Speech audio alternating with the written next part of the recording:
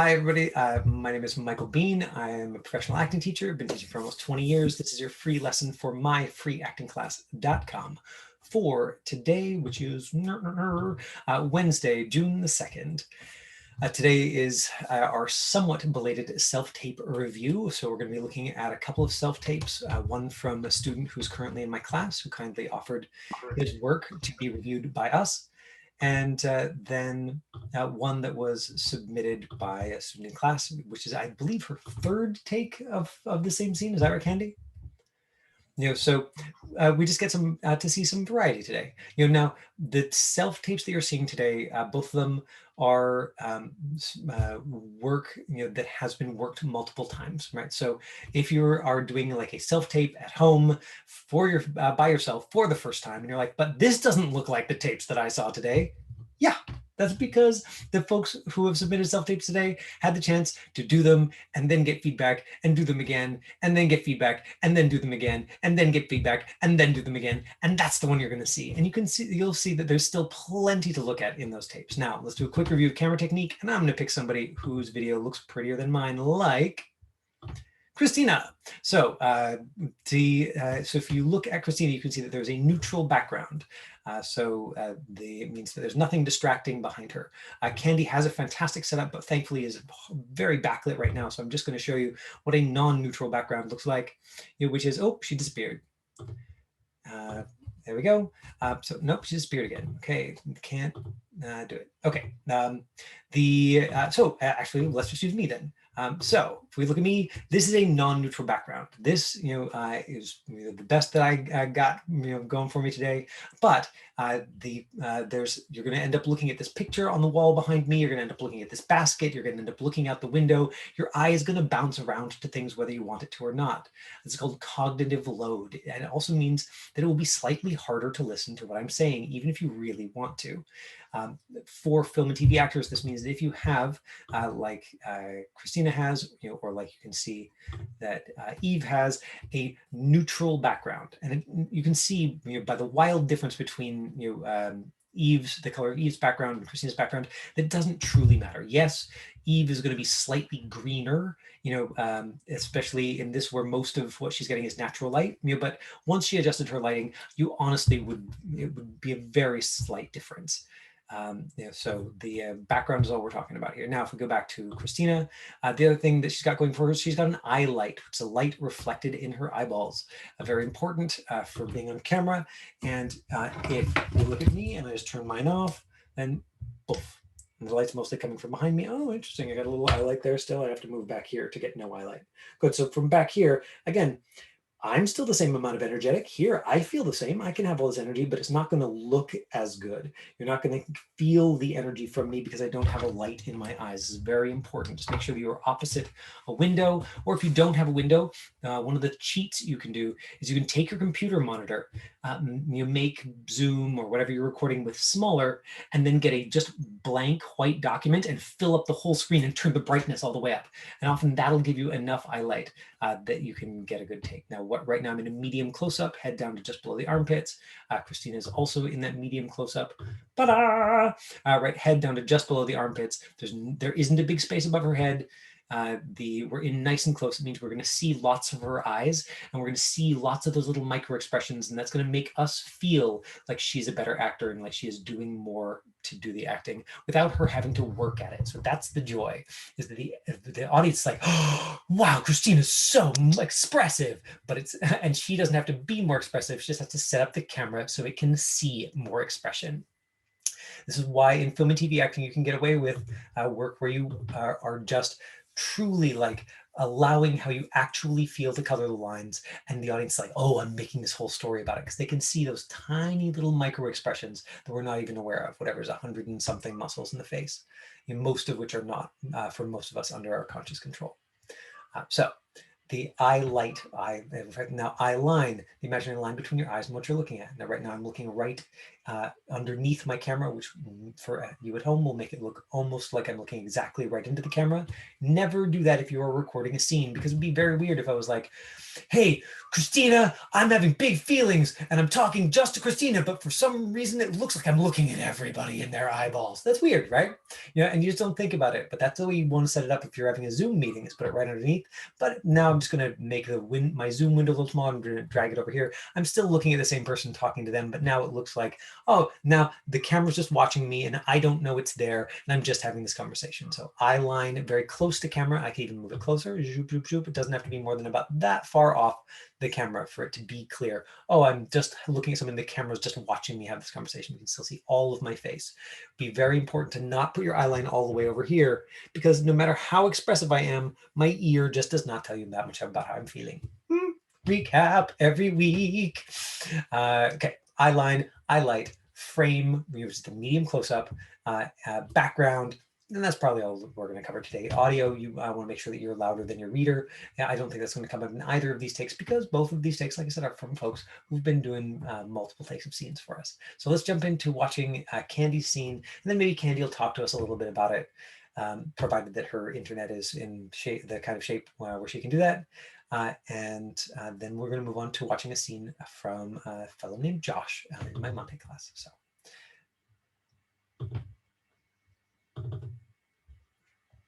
Now, this is a scene from the Dolly Parton movie 9 to 5 that Candy just found online.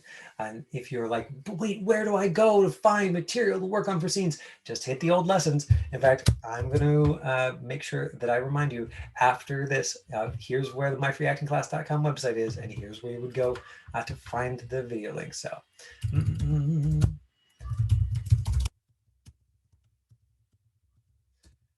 So let's watch Candy's tape, shall we? I haven't watched this yet. We're going to watch it together. Hi, I'm Violet Newston. I'll be training you here at the salon. Judy Burnley, nice to meet you. This is quite a big day for me. Big day? Big hat. Thank you. I left an hour early to make sure I was here on time, but the parking wasn't possible. Fun fact, parking meters were invented in Oklahoma City in 1935. Sorry, I should trip you out. I'm nervous. Okay. This will all be yours. Thrilling, isn't it? So let's get started with the typing test. I'm going to dictate new type. From Franklin Hart, President Consolidated Industries, to the employees, when planning for your retirement. This is called mime. She's using an imaginary object, and she is doing, she's keeping it down at waist level. So anytime you're using an imaginary object, and obviously you wouldn't normally be doing a typewriter up here, so this one's easy. But I like mime. Some actors, hate it. I think that it brings life into the scene. You just got to make sure that you're never like, hey, here's the thing. Hey, nobody move. Don't bring the imaginary object up into the frame. Since you're shooting head to just below your armpits, just keep it down at waist level, like Candy's doing here. It works a lot better with paper on a typewriter. Oops. Where did you say you worked before? I've never really had a job in an office. No kidding. You're not gonna tell them, are you? I sort of have to. Yeah. Well, I'm sorry. But I wasn't sure where in my resume, right? I have no skills because I spent my entire adult life taking care of a husband who just dumped me for a 19-year-old named Mindy with an eye. So you have absolutely no IT skills whatsoever? Is this where you call security? No, this is where I tell you, I love a challenge and welcome to Consolidated. Oh, thank you so much. I just hope I can do the job. Relax, I've been Consolidated for 15 years. You'll get it. You got the very best for you. Really? Who? Me. Oh. Good. Okay, there's so much good here, Candy. Now, this opening is much easier and warmer than in some of your early takes. Now, part of that is that my guess is that you just simply know the lines better. Learning and forgetting and relearning and forgetting and relearning the lines will just help them get more in your body. It's something that you can take advantage of, even if you've only got 24 hours to prepare, by just doing a practice session, getting them in your head, and then taking a break, and then coming back in a different environment, and then running the lines until you got them, and then taking a break, and then going for a walk and running the lines while you walk, and then taking a break. So you can take advantage of that learning and forgetting as a way of internalizing lines, even with a short span of time. And on this longer span of time, hopefully that's like that helps you feel it. So the beginning, absolutely, coming across with so much more warmth and ease, and it's like, okay, good, I see why she's making a good first impression. This bit about the parking meters still is not quite reading honest. And I think, and so to me, it's like, okay, now that you've found the ease, then from that foundation, then maybe you can like play with what is it that this makes you really like so maybe the direction that I would give you if you're exploring is take too long a beat before the parking meters line. Just give it the like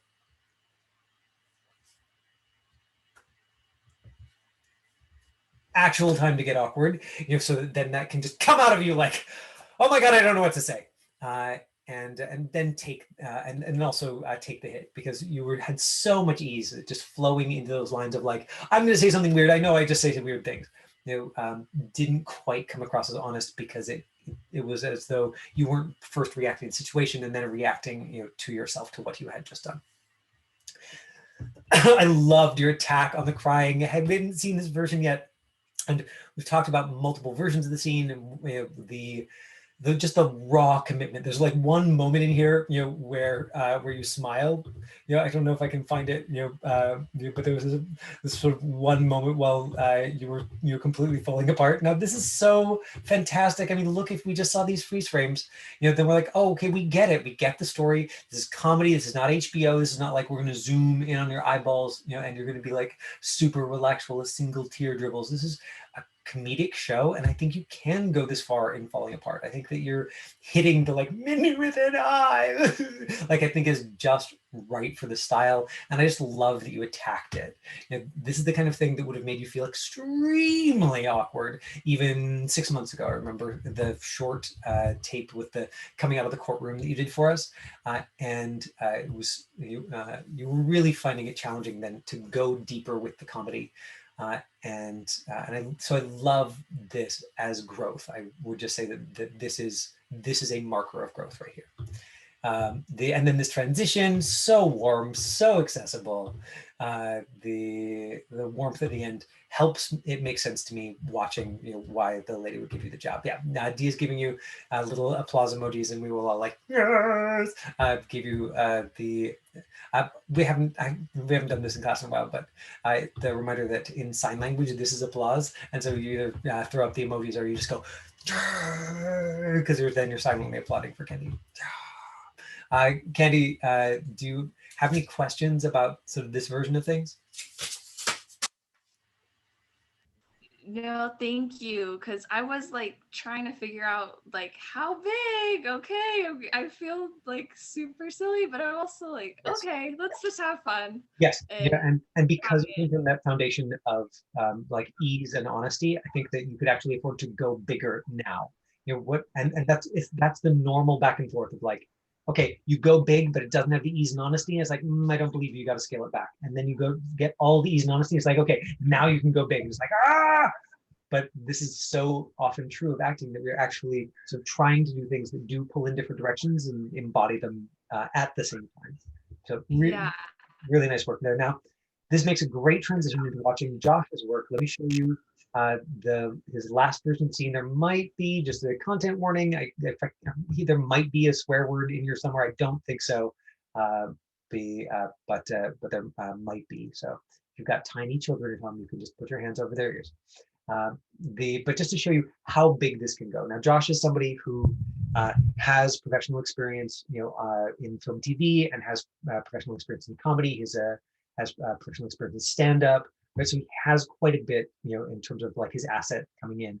So we did the like honest take, and then I was like, okay, now risk going too far. Like I want to watch the scene, and I want to tell you afterwards, like, okay, that bit that actually was too far. And you will see that there's only really one moment in the scene where maybe what he does is too far. Now, for context, this is from scene from a project called Rules of Engagement. This was in the last practice scene package. I'm just going to pull it up quickly so that I can show you, although I have showed you before. Rules of Engagement. There it is. Good. I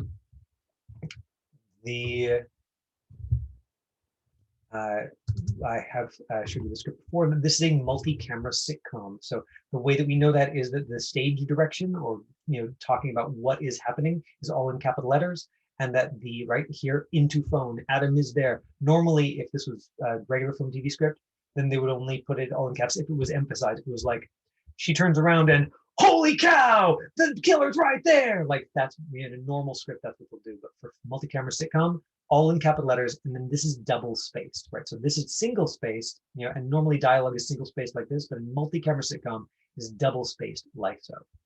So that gives us a sense that the style is larger, like larger than say 9 to 5, which is the project that Candy was just practicing, which was comedy, was feature film. I mean, obviously it was also several decades ago, so there were stylistic differences, in that. But just to give you a context, for why it might be a useful direction in that case to say, okay, let's try and go too far. Like, let's see if we can get too far. And so here is Josh's, I think, third take of that scene. And then I'll show you a little bit of the extra. So.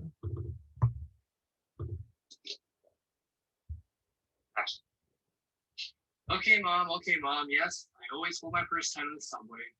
Mom, I have to go. Adam can't figure out the dishwasher. Okay, bye. I can't figure out the dishwasher? Why'd you have to make me sound like a moron? Go ahead, turn it on. Okay. Huh? Oh. So Now, none of that is written into the script, right? So just a reminder that you're always allowed to add sound. And in fact, if he had not done so, this would have sounded like a very formal, very odd interaction. One of the directions that I gave Josh after his first pass of the scene was to bring more love into the scene, was to bring more of the like he's crazy about this woman he's talking to. What did your parents think about us getting engaged? They're thrilled. Well, they should be. I mean, they are. Okay, great. It's not hard to look good compared to my sister's husband, the bank customizer. Well, he's gonna make a fortune at the age of Aquarius that rolls around again. My mom also did say she'd like us to get married in the Catholic Church. Sounds really boring. Can we just get married here? Now that's a moment where Josh started, to give his normal delivery, and then he was like, "Oh right, this is the pass where I'm going too big," and he corrected mid-line. And I don't think there was any way that somebody watching would know that. They would just be like, "Oh, what an interesting character choice," right? So it just made it more alive because he didn't comment on the note. He just caught himself mid-line and made the correction. Church. Come on, it's important to her. Fine. Speaking of churches, what do your parents think about us living together like this in 50?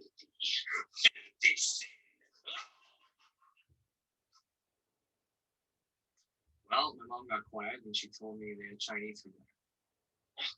My mom doesn't know. Last week she asked about fulfilling your sexual needs. That break not written into the line. That's him playing with like how far could he go, and oh man, like what he discovered there, I think is just hilarious. Said it was. He's in denial now. Okay, I'd say I fulfilled some needs last week. Yes, he did, mister. I was in the zone. Well, I look at it as a team effort. Yeah, I mean, if you weren't there, I'd look really silly. You didn't mind the part where I talked dirty? I don't remember that part. Huh. You just thought it. You don't mind if I do that next time? I'm all ears. Why don't you give me a little sample? Oh, okay.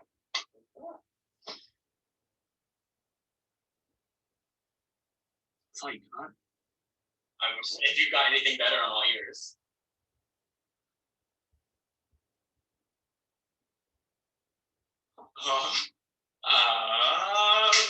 There is no way they are letting you get married in Catholic Church.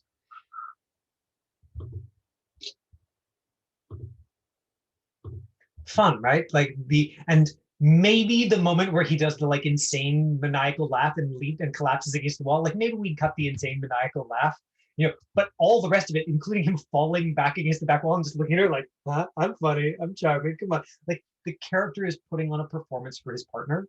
And because there are lines where he's just talking to her, where he's just like, oh, like next time, should I just do that? We get that it is a performance for her, and multi-camera sitcom, it really does play a lot like theater.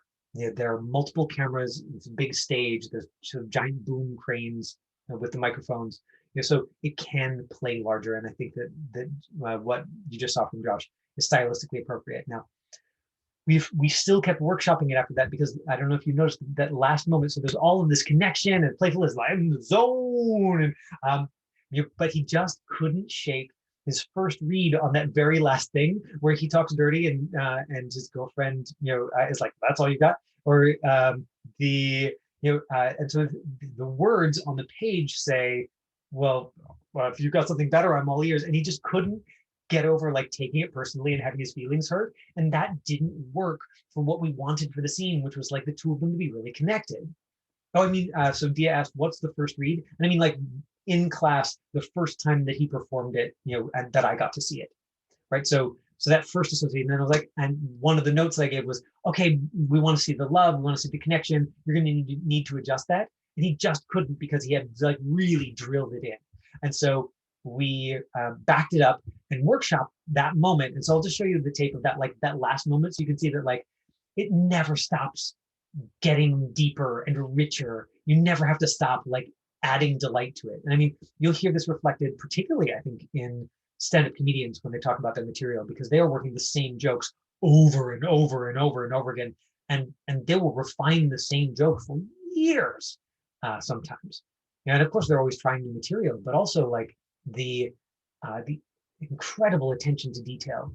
And that's what we're not seeing from Josh here. Is like, we're not seeing something that has been like incredibly honed and crafted. I just want to bring that up, so that you know that it's always a work in progress. Like we're just seeing if we can find delight in it and move from where we're at. So here's where we got at the very end of the scene.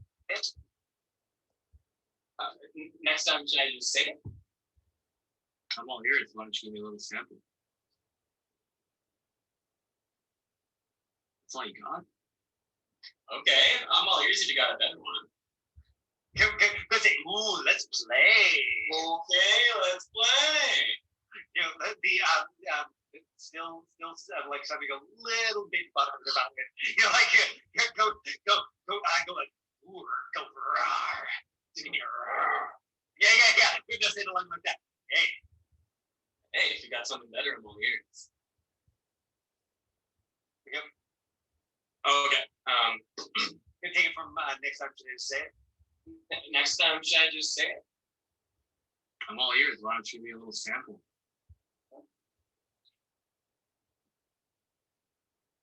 That's all you got? Hey, if you got something better to say, I'm all ears. Ooh, there is no way to let you get married in the Catholic Church.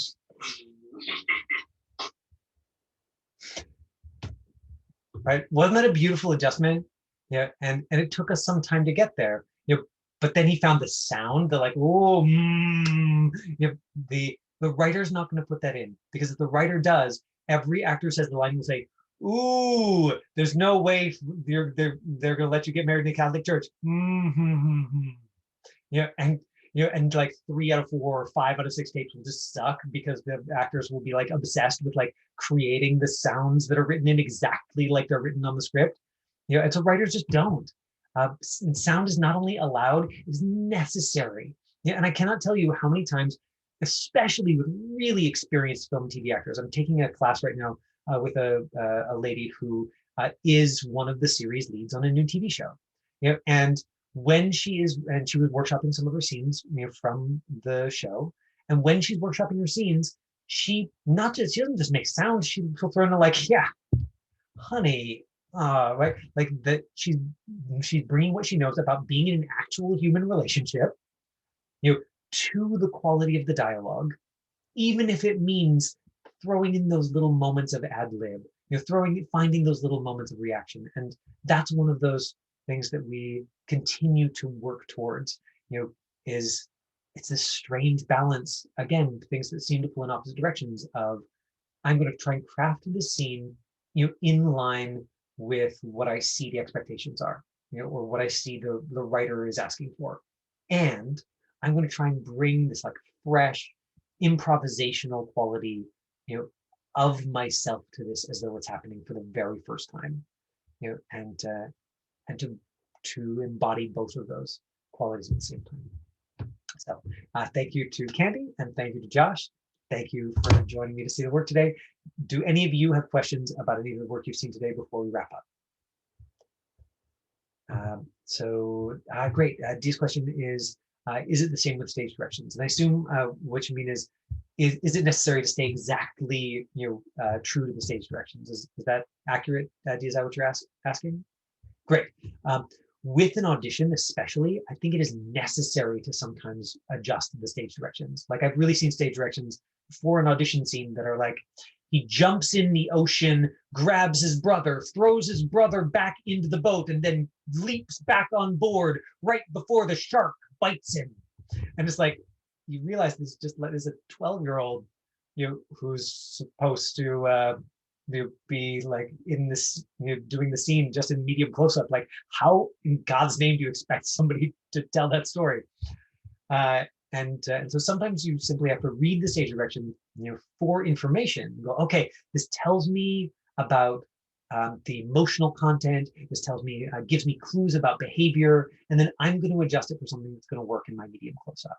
So I strongly recommend not ignoring stage direction, but if you have to alter it, to fit into the frame of the audition, or to tell the story in an audition setting more clearly, then I think you can, like you just can. Oh, Eve, and then Eve asked about classes. I'm so behind on email because I was moving, but I've got your email in my inbox, Eve, and I will get back to you, I promise. We just don't have space in any of Leanne's classes right now. But I will let you know. All right. Any more questions? Comedy about stage direction? Okay. Really nice work. Bye, everybody. Thank you. Bye.